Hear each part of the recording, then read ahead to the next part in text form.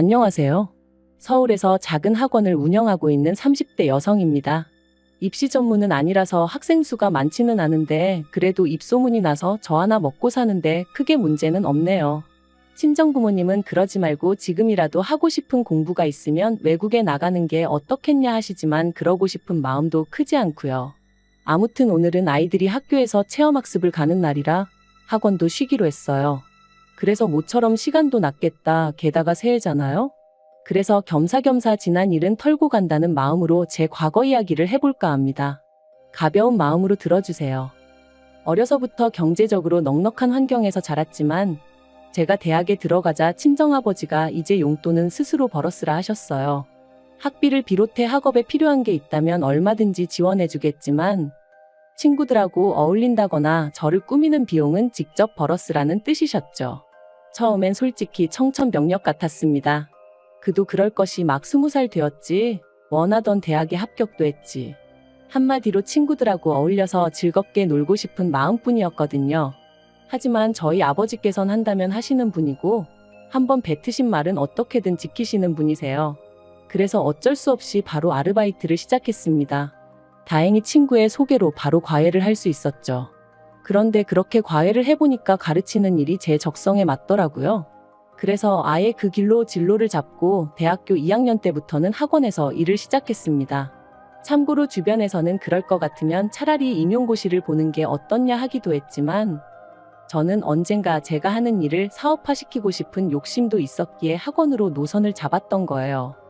그런데 어느덧 세월이 흘러 제 나이 33이 되었을 때 소위 사람들이 말하는 현타가 왔습니다. 주변을 둘러보니 어느새들 그렇게 결혼하고 애 낳고 참고로 시집 안 간 친구들도 많았지만 저는 비혼은 생각해 본 적이 없었기 때문에 그런 친구들은 별로 눈에 들어오지 않았네요. 아무튼 그때 친구 중 하나가 자기는 자기 남편을 결혼정보회사를 통해서 만났다며 저도 그런 회사에 한번 등록을 해보면 어떻겠냐대요. 그러면 쓸데없이 시간 낭비는 안 해도 된다면서 말이죠. 그리고 그땐 그 친구가 저를 소개하면 소개비를 받는다는 건 꿈에도 상상을 못했기에 그저 친구가 정말 저를 걱정해서 해주는 말이라고 생각했어요. 그래서 친구만 믿고 친구가 소개하는 회사에 등록했습니다. 그리고 그곳에서 이제는 과거가 되어버렸지만 남편을 만나게 되었지요. 첫 만남에서 제가 10분 일찍 약속 장소에 도착했는데 남편은 저보다 더 일찍 나와 있었어요. 별거 아닌 것 같았지만 기분은 좋대요.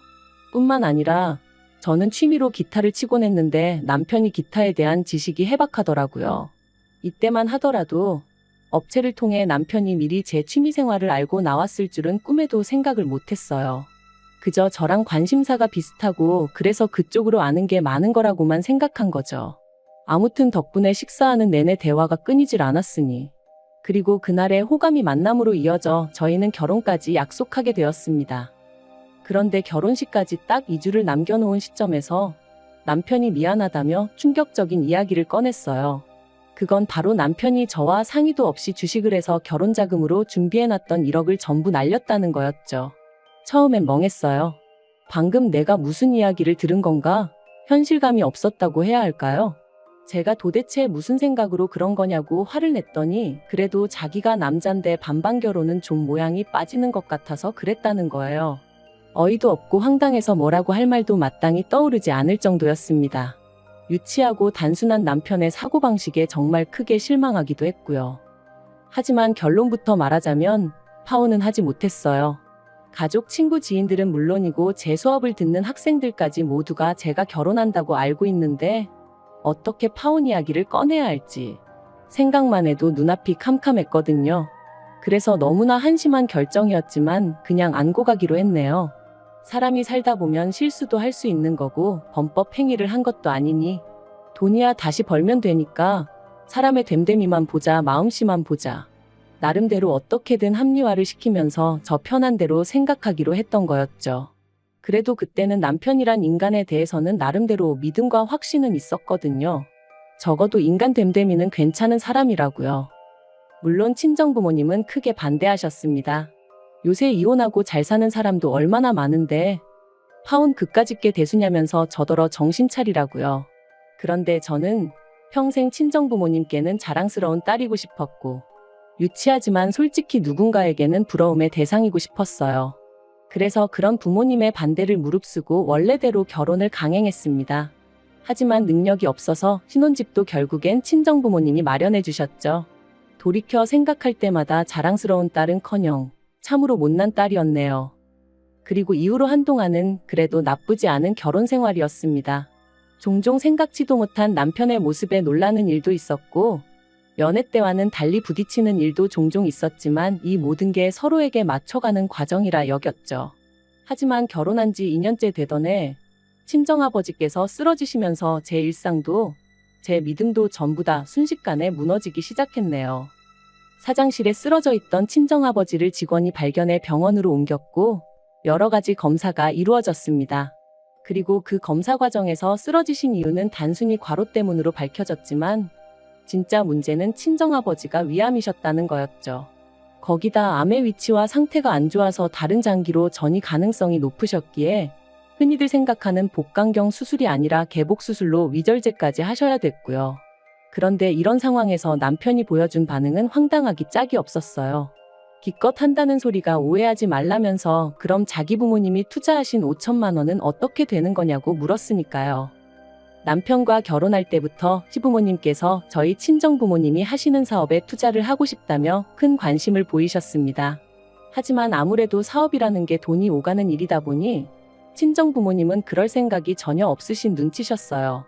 그랬더니 저희가 결혼한 지 1년쯤 돼가던 무렵부터 시부모님이 서운하네 어쩌네 하시며 또다시 투자 이야기를 꺼내시는 거예요. 그 무렵 친정아버지 사업이 잘 풀려서 큰 집으로 이사도 하시고 차도 바꾸시고 그러셨는데 아마 남편을 통해서 시부모님 귀에도 이 이야기가 들어간 모양이었죠. 하지만 친정부모님이 하시는 사업은 어디까지나 친정부모님의 소관이셨기에 시부모님이 뭐라고 말씀을 하시건 제가 할 말은 없었습니다. 그러자 급기야는 남편이 저희 친정부모님께 직접 말씀을 드렸던 모양이에요. 그래서 결국 굳이 필요한 돈도 아니었는데 투자라는 이름으로 시부모님으로부터 5천만 원을 받으셨습니다. 그리고 매달 50만 원씩 보내드리게 되었는데 솔직히 무슨 돈 빌려서 이자 갚는 것도 아니고 말 그대로 생돈을 뜯기는 상황이었으니 어이가 없더라고요. 그래서 제가 그렇게까지 해드리지 마시라니까 사위 용돈 준다 생각하고 보내는 거니 너무 신경 쓰지 말라시대요. 그리고 이러면 저도 좀 귀하게 대해주지 않겠냐 하시면서 말해요. 그리고 실제로 그렇게라도 얼마씩 들어가니까 시부모님이 저를 붙들고 더는 니네 집이 어떻고 니네 부모가 어떻고 그런 말씀은 안 하시긴 했지만 그래도 내내 마음이 편치는 않았네요. 그런데 친정아버지가 위암 판정을 받고 나니 남편이란 작자가 대뜸 그럼 자기 부모님이 투자하신 5천만 원은 어떻게 되는 거냐며 사람을 들들 볶기 시작했습니다. 제가 친정아버지한테 말씀드려서 돌려준다니까 누가 돌려받자는 거냐면서 그래도 50만 원씩 들어오다 안 들어오면 시부모님이 당황해 하실 것 같다. 그래놓고 또 다음 날은 그래도 불안하니 돌려달라. 하루에도 몇 번씩 변덕이 죽을 듯하면서 사람 성질을 건드는데 정말 죽겠더라고요. 하지만 더 열받았던 건 그런 와중에 또 기어이 지난번과 마찬가지로 저 몰래 친정부모님을 찾아가 저한테 했던 것처럼 돈 타령을 했던 모양이에요. 황당한 건 친정아버지가 편찮으시게 되셔서 투자가 진행되지 못하는 거니까 1년치 이윤을 미리 더해달라며 총 5,500만 원으로 돌려달라고 했다나요? 남편과 시부모님의 경우 없고 되먹지 못한 셈법에 친정아버지가 정말 이골이 나더라며 그날 오후에 바로 계좌로 5천만 원만 보내주셨다 들었습니다. 그리고는 두 번 다시 투자니 뭐니 말도 꺼내지 말라 하셨다는 거예요. 한편 친정아버지의 병세는 눈에 띄게 호전되고 있었지만 아버지는 느끼신 바가 많으신 듯 했어요. 친정어머니가 하루아침에 혼자 될 수도 있다는 그런 걱정도 하게 되신 듯 했고요. 그러더니 하루는 저를 불러 하시는 말씀이 사업을 정리하고 싶으시다대요. 사실 마음 같아선 저에게 물려주고 싶지만 저는 아버지 사업에는 영 흥미가 없고 제가 하고 있던 일을 워낙 좋아하는 게 눈에 보이니 어쩌겠냐 하시면서요. 그리고는 앞으로는 어머니랑 전국 방방곡곡 산 좋고 물 좋다는데 여행 다니며 좋은 거 먹고 재밌게 살고 싶으시다는데 그걸 어느 자식이 반대하겠어요? 제가 정말 잘 생각하셨다고 그렇게 하시라고 했습니다. 그랬더니 친정아버지께서 그렇게 되면 너한테 재산 많이 못 물려줄지도 모르는데 괜찮냐 물으시는 거예요. 깜짝 놀란 제가 한 푼도 안 물려주셔도 된다고, 이만큼 키워주시고 뒷바라지 해주신 것만으로도 너무 감사하니까 그런 말씀 마시라 했습니다. 그런데 이 사실을 알게 된 남편이 저더러 사업장을 물려달라고 하라는 겁니다. 제가 싫으면 자기가 이어받겠다고, 그리고 저희 친정부모님 돌아가실 때까지 자기가 극진히 부양하겠다면서 말이죠. 솔직히 그런 남편의 말에 100% 신뢰가 갔던 것은 아니에요. 연애 때만 하더라도 성실한 사람인 줄 알았는데 막상 결혼하고 옆에서 지켜보니 이리 뺀질 저리 뺀질, 눈에 보이는 수를 쓰는 게 하루 이틀이 아니었고 집에서 새는 바가지가 바뀌라고 괜찮을 리 없었죠. 그래서 전 처음에 남편의 그런 제안을 거절했어요. 그런데 남편이 사업이 제 거냐 어쩌냐 하더니 기어이 또 자기 발로 제 친정 부모님을 찾아가서는 자기를 믿고 사업을 물려달라 뭐 그런 소리를 했던 모양이 돼요. 그리고 사업 접기를 영 아까워하시던 친정아버지께선 애걸복걸하는 남편이 나름대로 어떤 대안책처럼 느껴지셨던 건지 친정아버지께서 남편에게 다니던 회사 2주 안에 정리하고 출근하라 하셨다는 이야기를 들었을 땐 정말 뒷목 잡고 쓰러진다는 게 이런 기분인가 싶더라고요. 그런데 더 황당한 건 그렇게 남편이 제 친정아버지 회사에 출근을 시작하고 나서 어머님이 하신 말씀이었습니다. 다 키워놓은 아들을 저희 집에서 가로채 갔다며 속상하네 억울하네. 게다가 주변 친척분들에게는 저희 친정아버지 사업을 남편이 물려받기로 다 얘기가 되었다며 아들 없는 저희 집에서 횡재했다 그런 식으로 말씀을 하고 다니셨더라고요. 그런데 솔직히 남편이 일이나 잘했으면 모르지만 그것도 아닌 듯 했습니다. 친정아버지께서 저더러 너는 네 남편이랑 얘기하다 보면 속 안 터지냐 하시는데 그 한 문장에서 정말 많은 게 느껴졌을 정도니까요. 그래서 제가 왜 그러시냐, 무슨 일이라도 있었냐니까. 일을 시키면 배워서 할 생각은 안 하고 어떻게든 요령 피울 궁리만 한답니다. 그래서 누가 뭐라고 좀 하면 남자가 돼가지고는 텃세를 부리네 어쩌네 하면서 꽁에 있고 직원들이 사장사위가 벼슬이냐 그 비위도 맞춰야 하냐며 원성이 자자하다대요. 그리고 그날 밤 퇴근한 남편을 붙들고 회사 생활은 어떠냐 했습니다. 그러니까 기다렸다는 듯이 뭐 자기가 이렇게 지켜보니까 회사 돌아가는 방식의 문제가 한두 가지가 아니라는 거예요. 그러면서 저희 친정아버지가 마음이 약하신 건지 그렇게 안 봤는데 고과사 구분을 못 하시는 것 같다며 자기가 보기엔 아무 능력도 없으면서 월급만 따박따박 가져가는 직원들이 너무 많다고 죄다 모가지를 잘라야 하네 어쩌네 하는데 기도 안 차서 제가 남편더러 당신도 그런 우리 아버지 성격 덕분에 다닐 수 있게 됐다는 생각은 안 드냐 했어요. 그랬더니 저더러 뭘 모르면 가만히 있으라나요? 하지만 남편의 막말은 거기서 끝이 아니었습니다. 시간이 흐를수록 고양이에게 생선가게를 맡긴 게 아닐까 하는 걱정이 들었지만 동시에 남편 또한 저희 친정아버지에게 살뜰히 잘하는 모습을 보였기에 긴가민가 하던 때였는데 하루는 제가 몸이 안 좋아 좀 일찍 들어오게 되었어요. 그리고는 씻고 어쩌고 하는 것도 귀찮아 바로 침대로 직행해 그냥 기절하듯 잠이 들었죠. 그런데 얼마나 시간이 흘렀는지 현관 도어락 열리는 소리와 함께 남편의 말소리가 들려왔습니다. 그래서 아는 체라도 하려고 나가려는데 남편이 뭐가 그렇게 재밌는지 웃으면서 한다는 소리가 얼마 안 남았어요 하더니 일단 회사 사람들 다 내 편으로 만들고 나면 밀어내야지. 죽을 때까지 어떻게 기다려요? 그러대요. 순간 온몸에 소름이 쫙 돋는 게 비록 상대가 누군지는 알 수 없었지만 제가 들었다는 걸 남편이 알면 안 되겠다는 생각만 퍼뜩 들어 침대에서 정말 온 힘을 다해 자는 척을 했어요. 그리고 계속해서 두런두런 말소리가 이어지다 전화가 끊어지더니 이내 안방문이 열렸고 거의 동시에 남편이 아씨 하면서 저를 발견한 듯 했습니다. 저는 그제서야 자다 깬 것처럼 남편을 향해 이제 왔냐 했고요. 티를 안 낸다고 안 내긴 했지만 정말 심장은 터질 것 같았어요. 남편은 뭔가 꺼름직한 표정으로 절 보더니 아니다 하고는 곧장 씻으러 갔고 저는 무슨 스파이라도 된 것 마냥 남편의 핸드폰을 뒤지기 시작했습니다. 그런데 소름 끼치게도 남편의 통화 상대는 어머님이셨어요. 하지만 남편이 언제 화장실에서 나올지 모른다는 생각에 통화 내용은 일단 제 핸드폰으로만 보내놓고 다시 침대에 누워 자는 척을 했죠. 그리고 지옥 같은 밤이 지나고 이튿날 남편은 다름없이 출근을 했고 저는 그제서야 남편과 어머님의 대화를 들어볼 수 있었는데 내용은 충격 그 자체였습니다. 어머님은 남편에게 저희 집에서 아주 당신 아들을 머슴 부리듯 한다며 재수없어 죽겠다 난리셨고, 그런 어머님께 남편이 한다는 말은 적당히 저희 친정아버지 비위 맞춰드려 환심을 사고 이후로 아버지를 몰아내서 회사를 차지하겠다. 그러면 그때부턴 어머님한테 한 달에 100만 원이 뭐냐 200, 300도 드릴 수 있다. 어머님이 저는 어쩔 거냐 물으시니 사람들 보는 눈이 있으니 사업 뺏고 몇 년 살다가 성격 차이 뭐 그런 이유로 이혼하자 하면 지가 별 수 있겠냐고 그러는데 정말 당장이라도 심장이 터질 것 같았고 어째서인지 눈에선 눈물이 주룩주룩 흐르더라고요. 그리고 무려 이틀 동안 저는 남편의 가증스러운 면상을 보면서 이 일을 어찌할지 고민에 고민을 거듭했습니다. 경찰에 신고를 해야 하나, 그냥 내가 먼저 이혼하자고 해야 하나. 하지만 결국 저는 제 나름대로 눈에는 눈, 이에는 이를 시전하기로 했어요.